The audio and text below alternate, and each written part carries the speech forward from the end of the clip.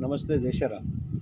આમ તો ધર્મ જાગરણ સમન્વય આપણું આ જ્યારે અલખ યાત્રા સત્તાધાર ધામના આંગણે આ કરી છે એ એક ત્રિવેણી સંગમ છે.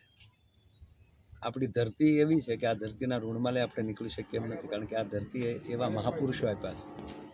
આ ધરતીના સંતોને પણ આપણે ઋણમાંથી નીકળી શકીએ એમ નથી. અને ત્રીજું કે આપણી આ ધરતીના દરેક સમાજ, કારણ કે આ કોઈ એક વર્ણમાં કોઈ થાય એવું નહીં, 18 વર્ણમાંથી ક્યારેક એવા મહાપુરુષો જન્મે છે કે જે 18 વર્ણને એક તાહળીએ જમાડવા, એક પ્યાલે પાણી પાવા એવી આપણી આ દેહાની જગ્યાઓ, એમાં આપણી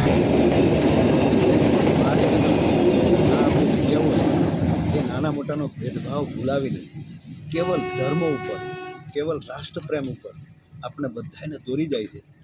એના માટેની એક આ સરસ મજાની અલગ યાત્રાનું આવું બધું આયોજન છે. આયોજનને હું વધાવું છું અને ધર્મ જાગરણને ખૂબ ખૂબ ધન્યવાદ આપું છું. જય. મારું નામ છે જગદીશ ગોહિલ, સાવરકુંડલા.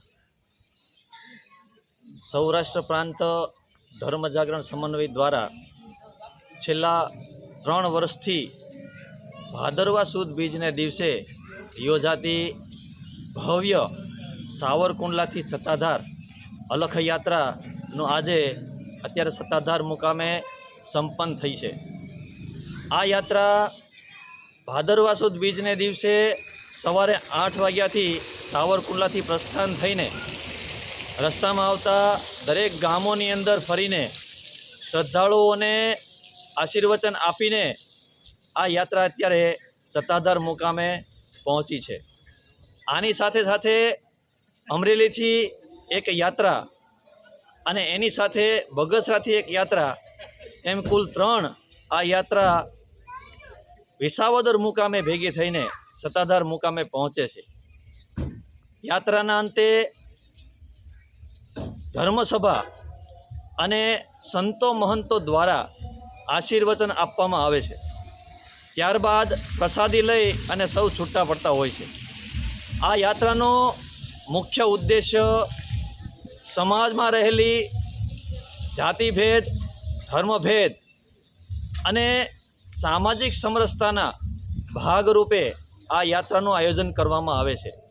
સૌરાષ્ટ્ર પ્રાંત ધર્મ જાગરણ સમન્વય સમિતિ દ્વારા દરેક જગ્યાએ અલગ અલગ સમિતિઓ બનાવી અને ખૂબ સરસ રીતે આ યાત્રાની અંદર ખૂબ મોટા પ્રમાણમાં લોકો પોતાના વાહનો લઈને આ યાત્રામાં જોડાતા હોય છે.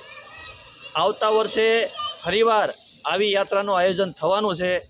આપ સૌને અમારી નમ્ર વિનંતી છે, આપને ભાવભર્યું આમંત્રણ છે કે આ યાત્રાની અંદર આપ પણ જોડાવ અને આ ભક્તિનો લાભ લ્યો.